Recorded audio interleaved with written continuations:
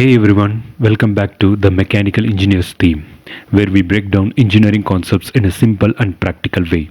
Today, we are going to compare the Brayton cycle and the Carnot cycle and answer an interesting question: which one contributes more power under the same efficiency?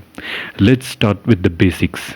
The Carnot cycle is the most efficient thermodynamic cycle possible because it operates between two temperature limits, Tmax and Tmin, using reversible processes.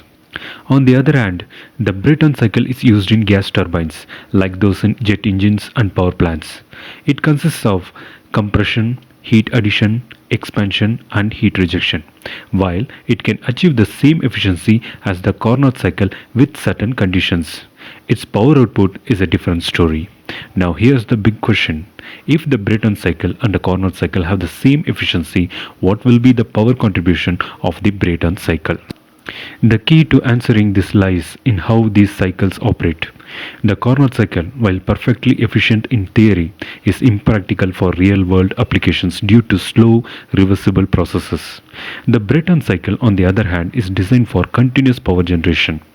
The Brayton cycle has a higher mass flow rate and power output than the Carnot cycle. This is because the Brayton cycle operates in an open system with continuous combustion, unlike the Carnot cycle, which follows a closed, idealized process. So, even if both cycles have the same efficiency, the Brayton cycle produces the maximum power output. That's why it's widely used in real world applications like gas turbines and aircraft engines. What do you think? Have any doubts? Drop your questions in the comments below. And thanks for watching the video.